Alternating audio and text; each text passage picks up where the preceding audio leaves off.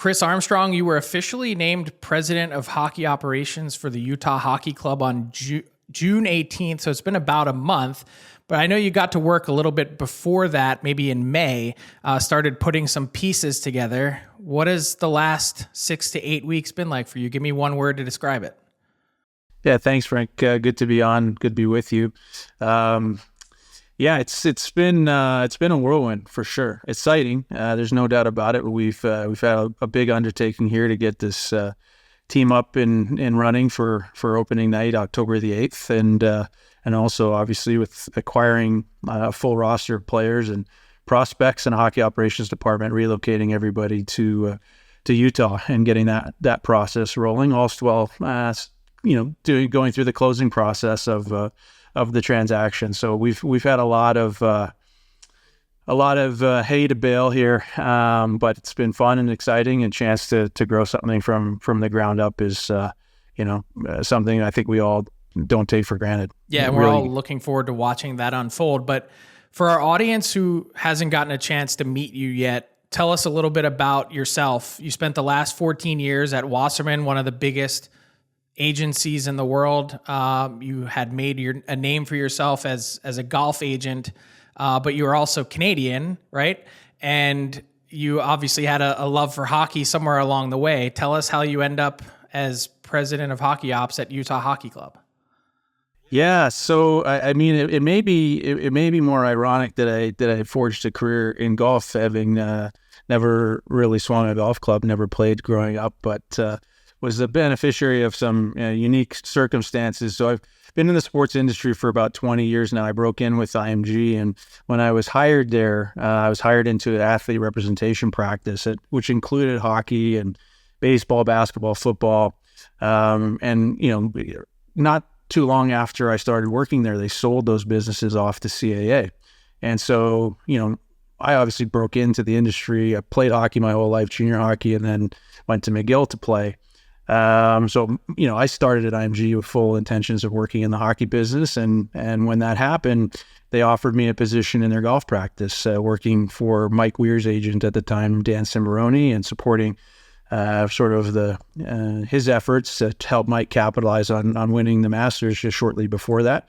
And 20 years later, I built a career in golf without ever swinging a club. So always kept one foot in hockey. When I left IMG to join Wasserman, one of the things that Casey sort of knew about me and asking me to open a Canadian business for him was that I had a passion in a lot of different places, but specifically a passion to return to hockey, to help Wasserman get into hockey, and to help all the relationships that I maintained and continued to cultivate throughout my experience working in the golf world, which, as you know, overlaps with golf in a pretty unique and substantial way, was to help Wasserman make that an important part of their business in Canada.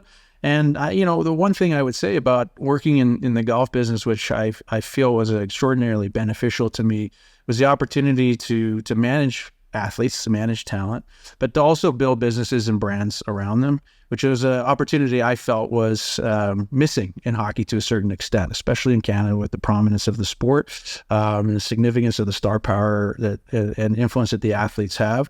That it wasn't my desire to represent hockey players, but to go out and acquire or help to acquire a hockey practice and help the clients under that practice to build individual brands and marketing partnerships around those athletes. And so we did that, and we were fortunate to buy a majority stake in your group at the time, Jeff Jackson and Dave Gagne. Obviously starting a hockey practice with Connor McDavid was a pretty incredible place to begin that journey. And then, through a series of additional transactions, the addition of Judd Moldaver, who came over from CAA, and Austin Matthews ultimately followed, and Judd signed Roman Yossi, and all of a sudden we were able to build a pretty exceptional practice. And I had the good fortune to work alongside my colleagues on the hockey practice to support their efforts to market those athletes and help them to commercialize opportunities off the ice.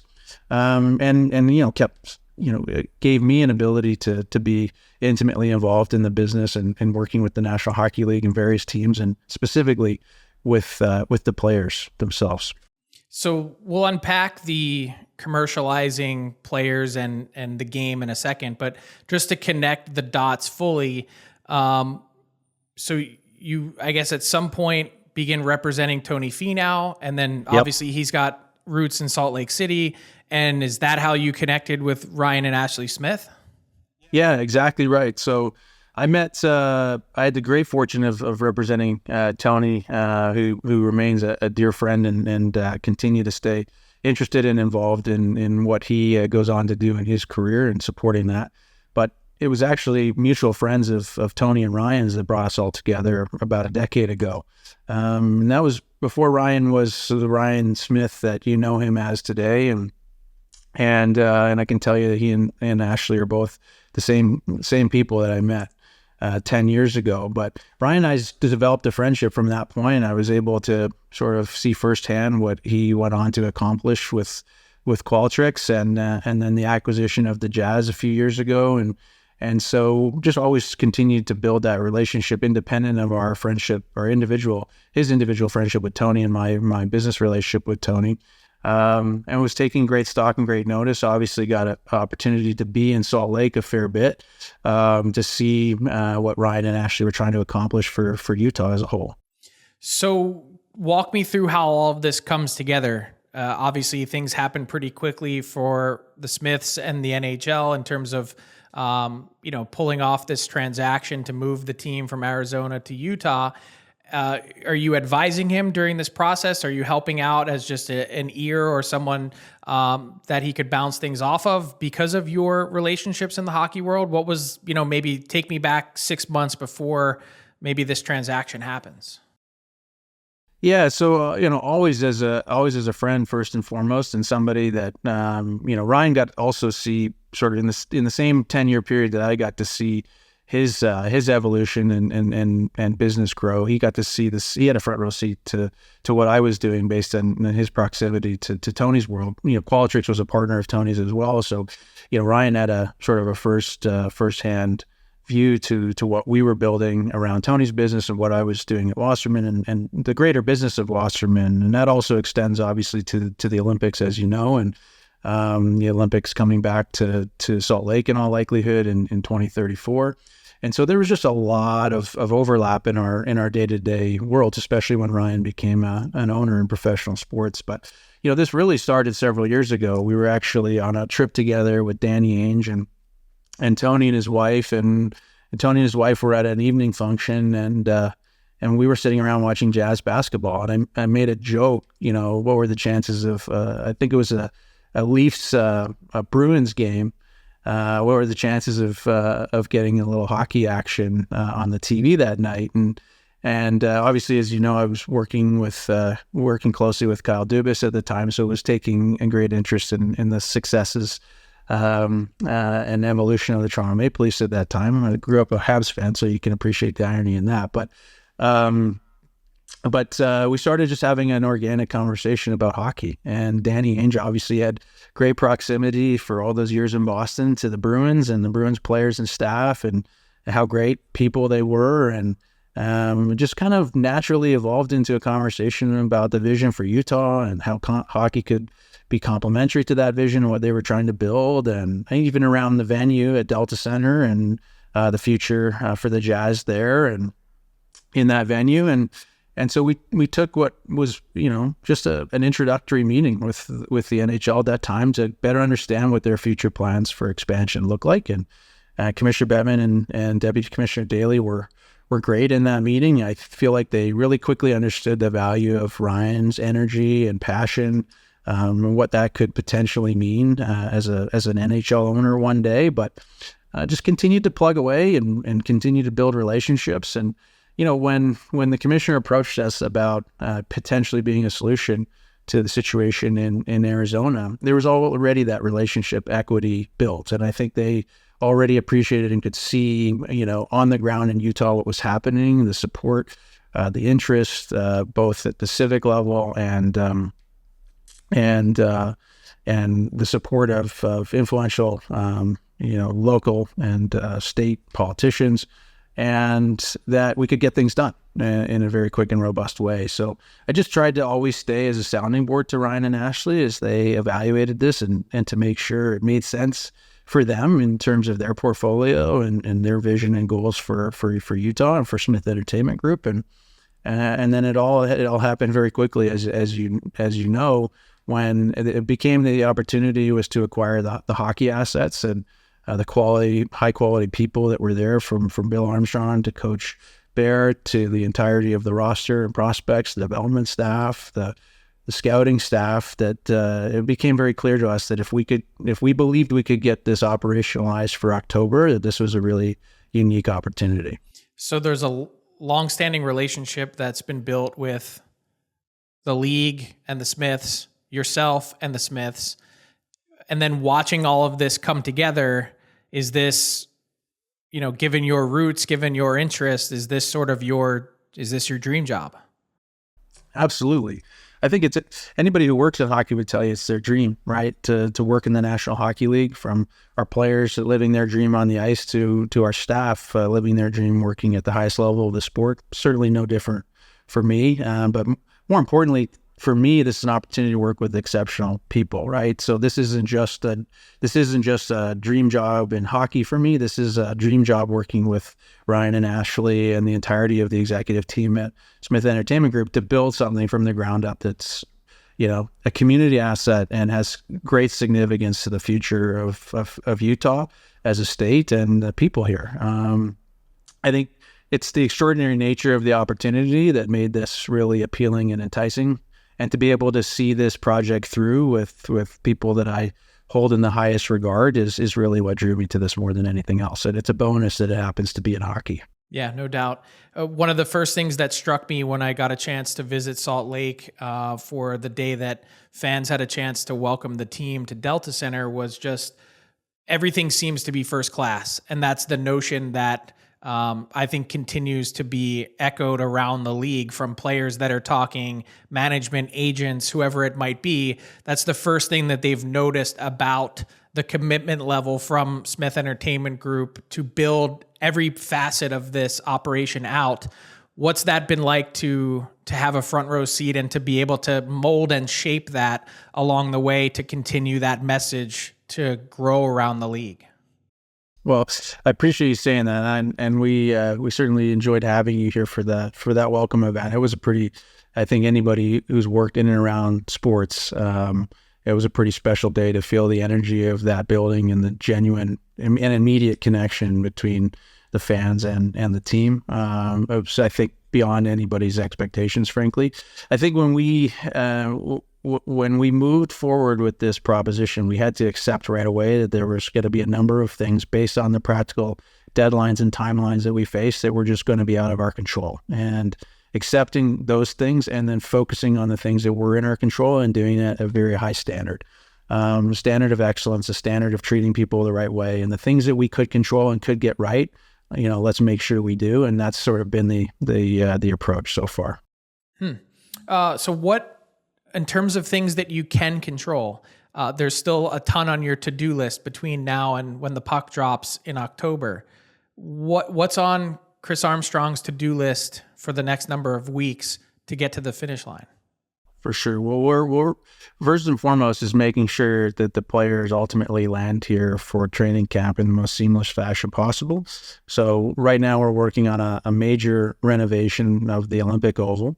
We're introducing an entire footprint inside the Olympic Oval that's dedicated to our NHL club. So everything from locker rooms to equipment rooms to gym and offices and player lounge and all of that stuff as a temporary facility for our first season. So it's a pretty extraordinary partnership with the Oval to be able to pull this off. And in addition to retrofitting the ice from Olympic size to NHL regulation, which will start at the end of this month, and we'll be ready to receive the players as early as September 1st. So that's an extraordinary project, and we're excited because we hope it'll also leave a legacy in that building long after we're gone to our permanent practice facility, which we are simultaneously about to break ground on later this summer in Southtown. that hopefully all that infrastructure that we're adding to the Olympic Oval can then be turned over to community hockey programs and utilized in ways that benefit the grassroots hockey movement here, which is a big part of ultimately what we did this for, is to create a community programming aspect to grow the game here in the state, which we think, as we going back to earlier part of our conversation, Frank, I think the opportunity for hockey to grow here, there's certain elements, being a winter sport market, being that so many national sports, Olympic sports train here full round, not just U.S., but other countries, other athletes from around the world come to train in Utah for the elevation, for the winter landscape. And so, it's a natural fit. Winter sport would, in our mind, work well here, and that there's an opportunity to cultivate the next generations of athletes to hockey. As a major winter sports focus here. We're working on the Delta Center right now to have it ready for opening night, and including building a locker room for the team and a number of other shorter term projects there. That's more of an ongoing opportunity for us to ultimately renovate that building to be a world-class facility for hockey. In several seasons. I think it'll be the loudest, most intimate experience in the game, and we're excited about that prospect. But again, like we have to phase this out based on the realities of the timeline, and we've got really good people working on it, and a lot of enthusiasm and passion at the local level to move projects at a much faster rate than I'm accustomed to seeing them function as a practical matter. But I think that's also the uniqueness of what we're doing here, and people seeing that and wanting to be a part of it. So you're wearing a lot of different hats, for sure, trying to get all of that tackled. How will you, when some of the dust settles on, just the construction and logistics and other things, how will you split your time? Is there going to be some business side of the operation that you're overseeing or working with? And how much of it will be in terms of the actual hockey operations part of it, working hand in hand with Bill Armstrong? Yeah, it'll be a blended role for sure. And we've got an amazing team on the hockey ops side, and my intention there is to support them, provide the resources they need to continue to build out what we think is going to be a highly competitive team in a very short period of time.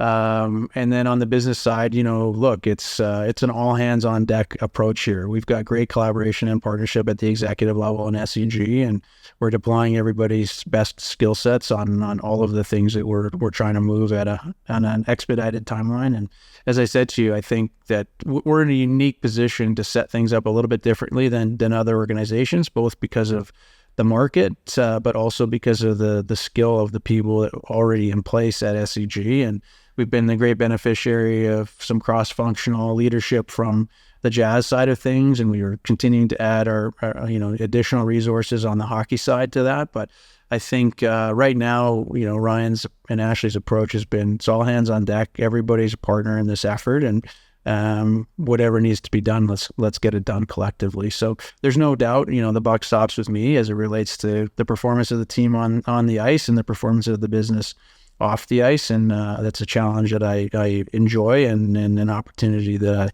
I'm humbled by. But it's going to be a collective and team effort through and through. Speaking of blend, in terms of what we're looking for hockey fans from a competitive perspective, everyone knows that the Coyotes, previously had been working on, sort of a long-term vision and rebuild that has been pretty methodical and meticulous in terms of planning for the future. But you also want to, in your market and throughout the league now, make a bit of a statement in your first year to say, hey, we're here to compete. What can fans expect from Utah Hockey Club this season? But I alluded to it a little bit last week in a media availability that, being around Coach Baird, it doesn't take too long to find out that the expectation is maximum effort every single day, practice and in games. And so our fan base is never going to be shorted on effort with Bear at the helm. And it's also the culture that Bill Armstrong's done a great job of creating through the hockey operations department, and the expectation of anybody who comes into play for this franchise, whether it's with the big club or in Tucson or in our development system. So I think the moves that we made were, obviously I'm very excited about the draft results and the acquisitions of Mikael and John Marino through trade, and then the signings of Ian Cole and Stanlin to give us a little bit of additional experience and add some Stanley Cup success and experience to the lineup. I think what we tried to do and accomplish in making the moves that we did was to take a step forward as a team towards, ultimately where we want to be several years from now as a perennial contender. But we've preserved the opportunity for the young guys on our team and on our roster to take a step forward and to show us what they're capable of. And I think that's the right balance. It added some necessary experience, took a step forward in terms of the overall composition of the roster, but still allows our young players an opportunity to take a big step. Chris, I want to leave you with this. Given your background in the business side of sport, I know your title is president of hockey ops, but given all the different hats that you're wearing, you used a term earlier in our interview that I found fascinating. We hear a lot of teams say it. I don't know that they all actually believe it and execute on it. And that's community asset. Something about like having boots on the ground in Salt Lake, seeing it, breathing it with my own body. There's something a little bit different about the connection that it seems to have between this community and this team, even though there hasn't been a game played yet. From a pure business perspective, in terms of how you will connect and then also commercialize this team, give me a preview. Give us some words on what you think that'll look like. Yeah, so I think it's an interesting question, Frank. I think the way that you achieve it is by keeping the fans and the community involved in the major decisions that you make with respect to the business side of the team. Fan experience, obviously, as it's been well documented, we have the fans very involved in the naming of the team. And that's twofold. It's one, because we want the name that's chosen today to mean something to the kids that are meeting us at the airport when the players are arriving at the welcome event are going to be our fans in 20 years from now. So we want to take a conscious effort to look at this and what we're doing with that lens in mind, that those kids today are going to be in 20 years from now the people taking their kids to the game. And so we want it to feel like it's an asset that's grown from the community, where it's a very interesting and unique situation that probably more closely resembles expansion than relocation. So we've basically made a trade for an entire roster of players in one shot, but we have the ability to build new legacy, new history from game one. And so we really want to take every decision with the mindset that we want our fans to feel like they're involved and invested in those decisions that the franchise takes to determine what the hockey experience is in Utah.